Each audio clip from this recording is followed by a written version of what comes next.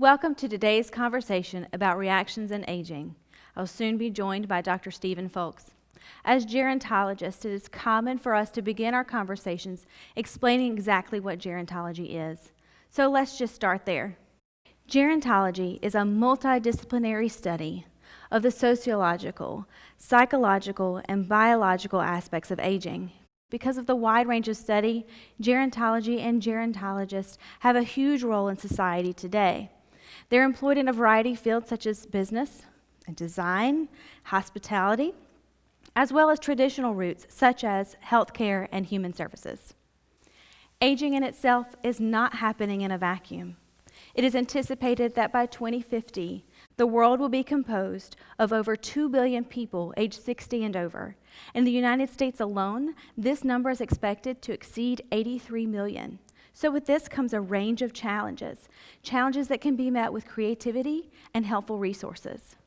Two such issues will be the growing number of Americans living with dementia, such as Alzheimer's disease, for the rising need for informal family caregivers to care for them. It is estimated that by 2050 in the United States, 13 million people aged 65 and older will have Alzheimer's disease, while simultaneously the ratio of caregivers is expected to decline. This will mean that the frontline caregivers will no longer just be your doctor, social worker, or nurse. These will now include your friends, next-door neighbors, and other people in the community that interact with older adults on a regular basis. It's these individuals that with increased support and increased training will be able to spot the signs of early dementia and facilitate assistance, therefore allowing more people to live on their own in their homes for longer, both independent and supported. Providing care for someone with dementia can be overwhelming. Caregivers go through a variety of emotions like anxiety and anger and even grief as the person progresses through their dementia. These feelings are normal reactions that should not be ignored. There are many supportive services that are available for caregivers to help guide them through their caregiving journey. But where do they start? Join me and Dr. Fulks as we have a conversation about caregiving.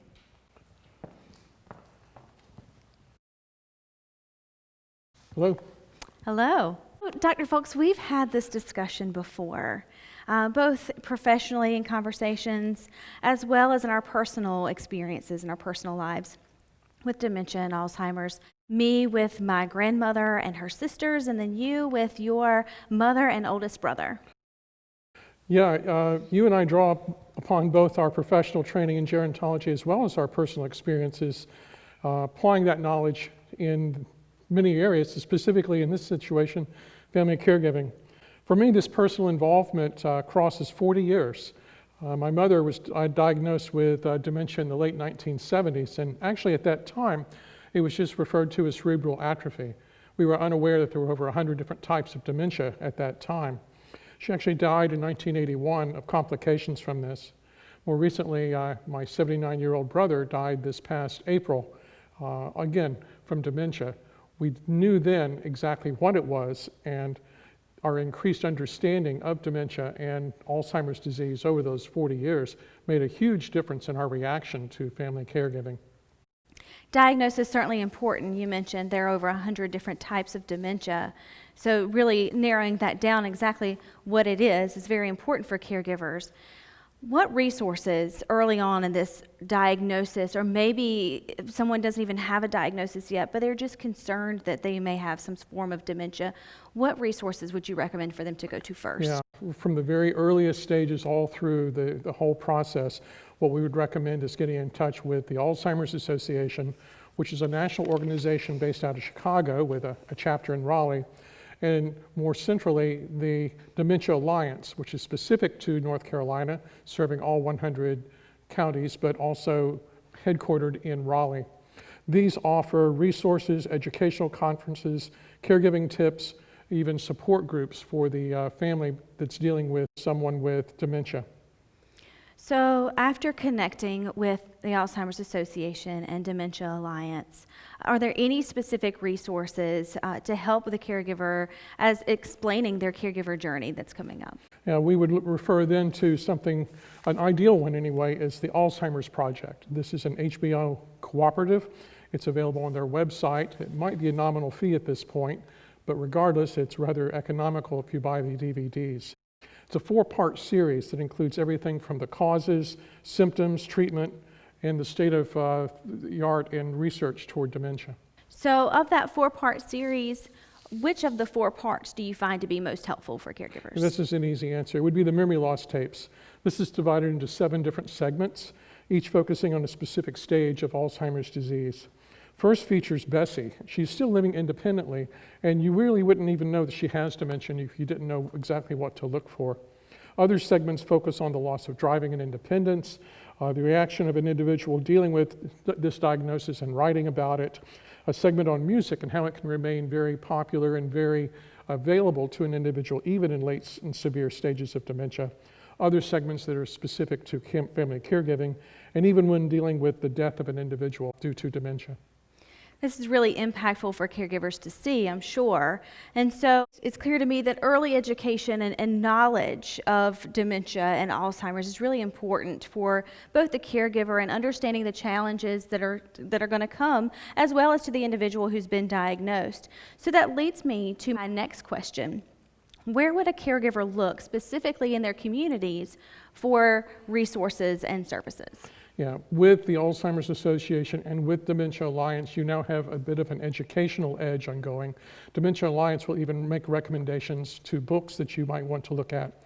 Now what you need to do is get in touch with the actual different programs and services that can help you in your reaction to family caregiving.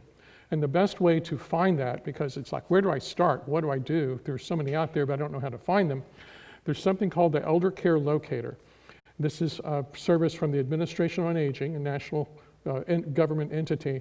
But if you contact them, and the number information is on the screen here in a moment, the Elder Care Locator, there's a website and also a phone number. If you give them then the zip code for the area that you're concerned about, where your loved one lives or where you're working from, they'll put you in touch with the state, local resources, and specifically something called the Area Agency on Aging. This is like the gateway to all the different programs and services that can be of help to you and to the family. The AAA, as we commonly refer to them, the Area Agency on Aging, it's my experience that this resource does a little bit more than the Elder Care Locator. The Elder Care Locator is more of a information and referral type tool. And the Area Agency on Aging kind of puts you in contact with the direct service providers. Direct service provider contact. You know, they are responsible for knowing all the programs and services that are in a specific region. Now, they don't usually provide direct services themselves, but some they do. And one example of that is something called the Family Caregiver Support Program, which is essential to a family caregiver and the family.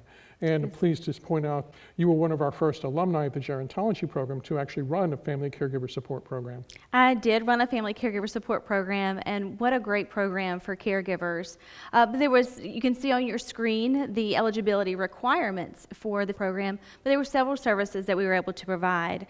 So information about the services in the area, help in accessing those services, as well as support groups, and on a temporary basis would be respite care and some of those supplemental services on a limited basis, accessing those.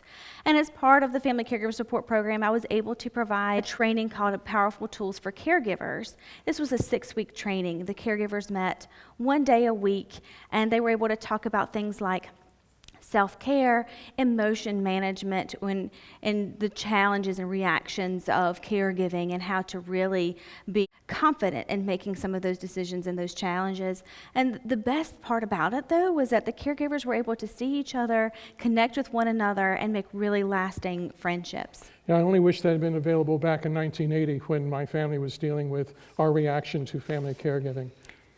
That and many resources. We've talked about a couple today with Dementia Alliance and the Area Agency on Aging and Family Caregiver Support Program. And here at Barton College, our gerontology program brings them together annually on a yearly basis. Would you like to discuss a little bit or share about the annual Caregiver Conference? Yes, this is the Caregiver Education Conference that we host on our campus each March. It was the brainchild of the late Joseph Russell, who was a family physician here, retired in Wilson, who has endowed the conference.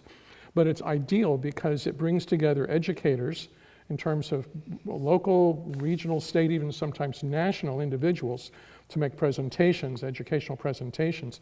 You have the Area Agency on Aging, which is there. And we also have some of the programs and services that they are referring people to. So a caregiver comes in, perhaps early in the caregiving process, perhaps late. They get educational content. They connect then with the Area Agency on Aging, who is able to give them a roadmap of these are the programs and services that are going to be most useful to you at this stage of what you're dealing with. Ideally, that you go ahead and make that connection because they're right there. Everything from AARP through memory care, through legal aid, all these things are there at one stop, one time. So it's an ideal situation for the caregiver.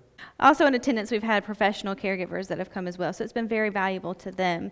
A great partnership between all three of our organizations with Dementia Alliance and the Area Agency on Aging, and providing services as well as training, working well together. It has been a great opportunity to provide that. So we want to thank you all for joining us. We welcome the opportunity to continue this conversation with you. Here is our contact information on the screen, and we hope to see you again at our annual conference in March. Best wishes in your caregiving journey.